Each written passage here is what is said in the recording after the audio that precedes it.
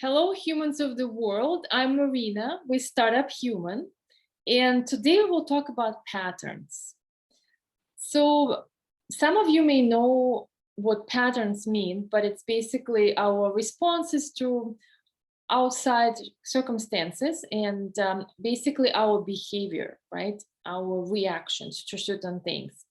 And some may say that, yeah, we have some stuck states or behaviors that we keep doing and doing the same thing even though we don't like it, but it is our nature, right? I was born this way. And the question to you is this: have you tried to change it? And the second one is, do you really know how to change it?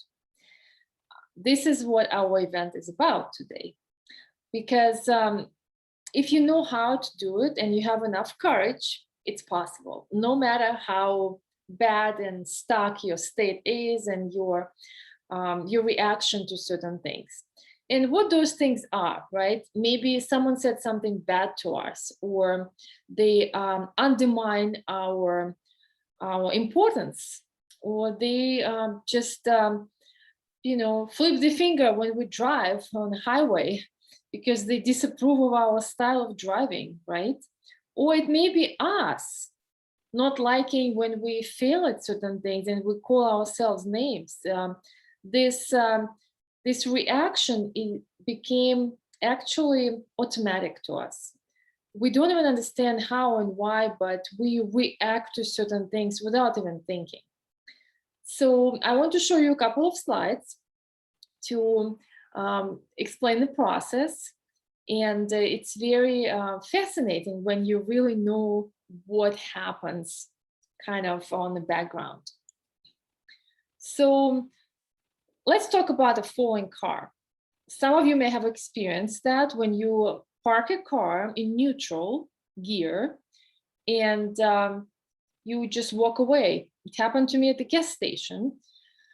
And I realized that the handbrake didn't work, or I forgot to pull it, and the car started to slide. Basically, it started to move downhill because the surface was not even. And the question is here, can we actually stop the car, right? So when it just starts and you notice it right away, yes, you can. You can actually stop it yourself if you get in front of the car, right? Or if you stop it and basically get inside and pull the hand brake. However, if it's not as slow in the beginning, but it already accelerates, right? So the speed becomes kind of fast. It's not slow, it's more medium. And it's harder to stop the car. You may need several people to stop it. You may need something to block the way, and the car may get kind of damaged. Okay, so now if you are especially going downhill, the car was there, right? And it really accelerates, then it's really hard to stop it. All you may need to think about either to kind of fantasize about ways to slow it down, or just brace yourself and prepare for the worst. Damage control. The car will actually crash and you have to deal with the insurance and see what the salvage value is. The point in this is here. It's important to catch the car early. The car is an analogy to our reactions to something. The earlier we catch them, the better. So what is the course of action?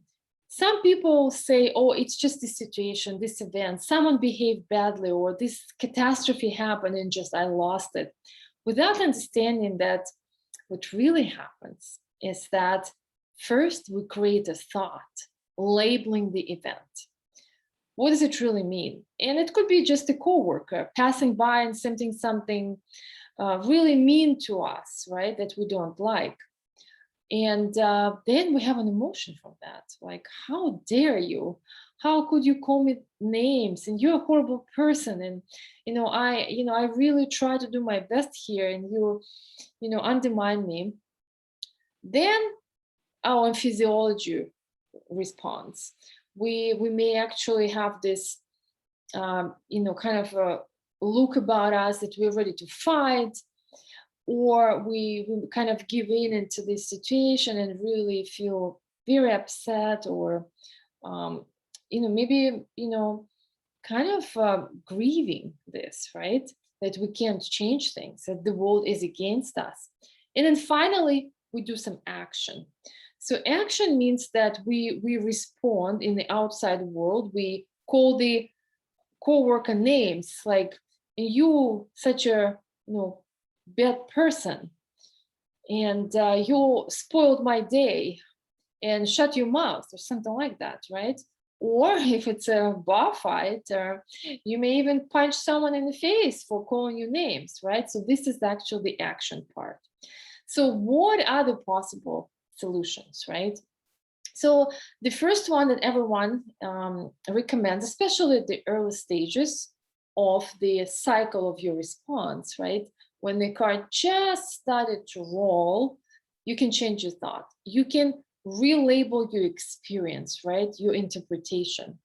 And there are two main approaches. Either you come from compassion or gratitude. So what that means is that if a coworker called you names and it was mean to you, it may not mean that the coworker is bad or the coworker hates you, but the coworker is having a really, really hard time going through COVID and sick, or family members are really, having difficult time, and the coworker is trying to process it and basically reacts to you in a certain way. So maybe the idea is to rename this experience and look at it from a different point of view. Maybe I can be the one who finally show some kindness to this coworker and say some nice words to the person.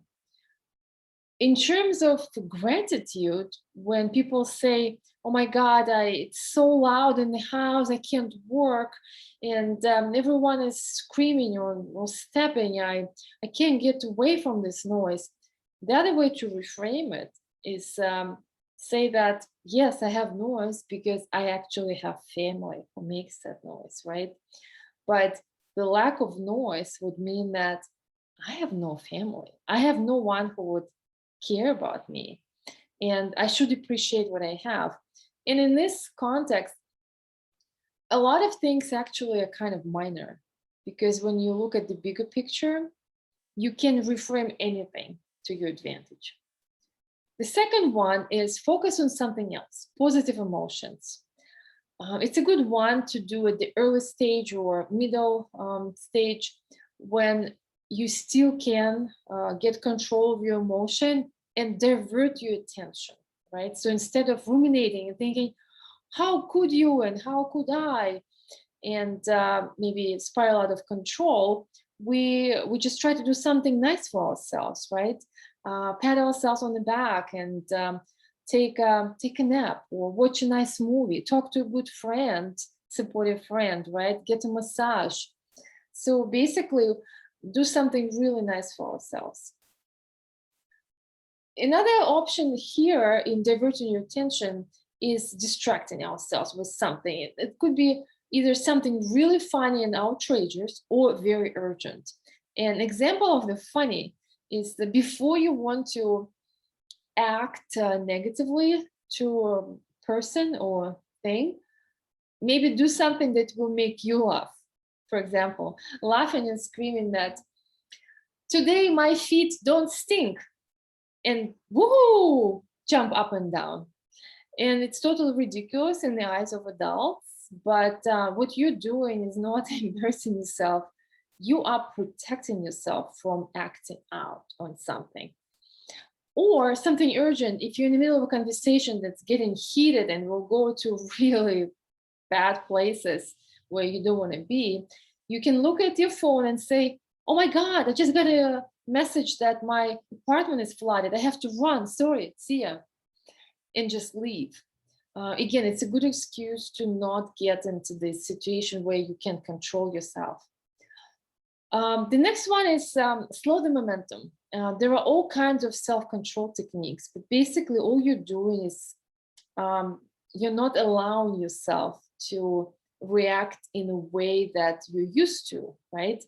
And you can do it through either breathing, saying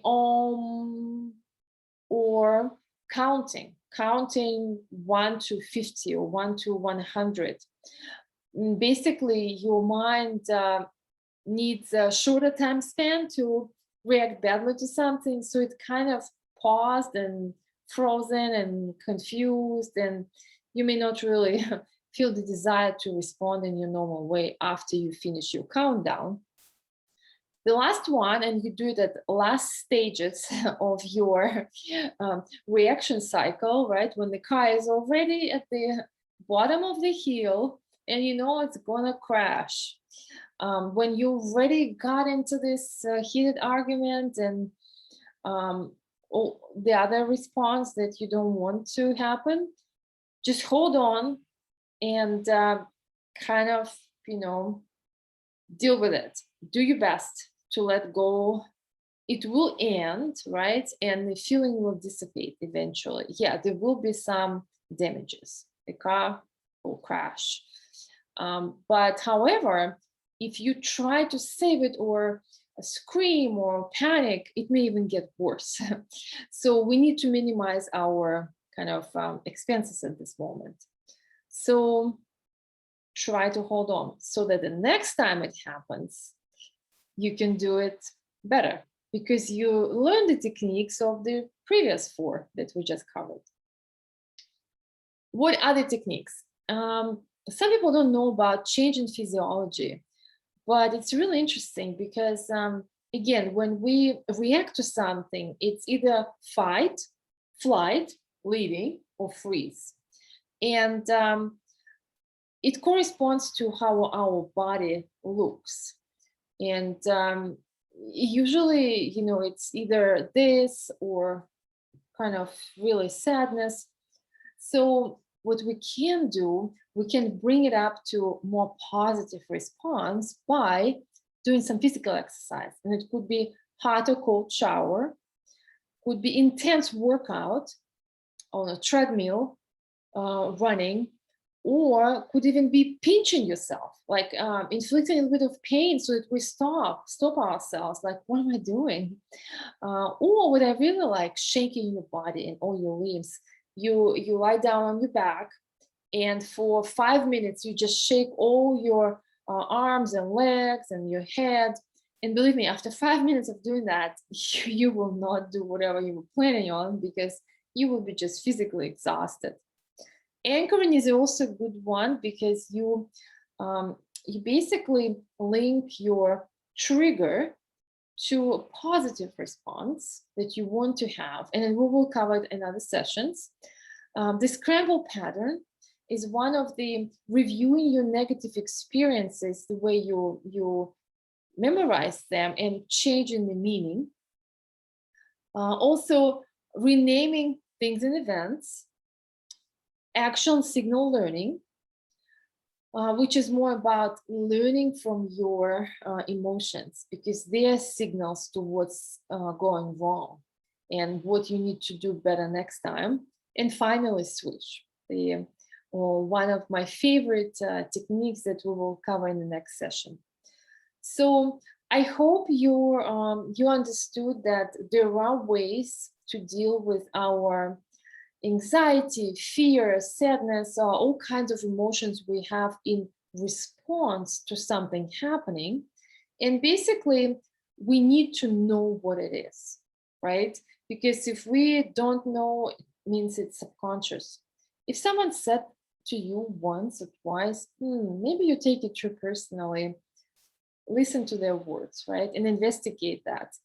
Is it something that you're not even realizing, you're not registering, but it's subconscious in you and you created shortcut in reacting to something instead of holding back, investigating your emotions and creating a better proactive response, then the next step, we can get leverage on yourself and see what is the pain from doing what we're doing, right?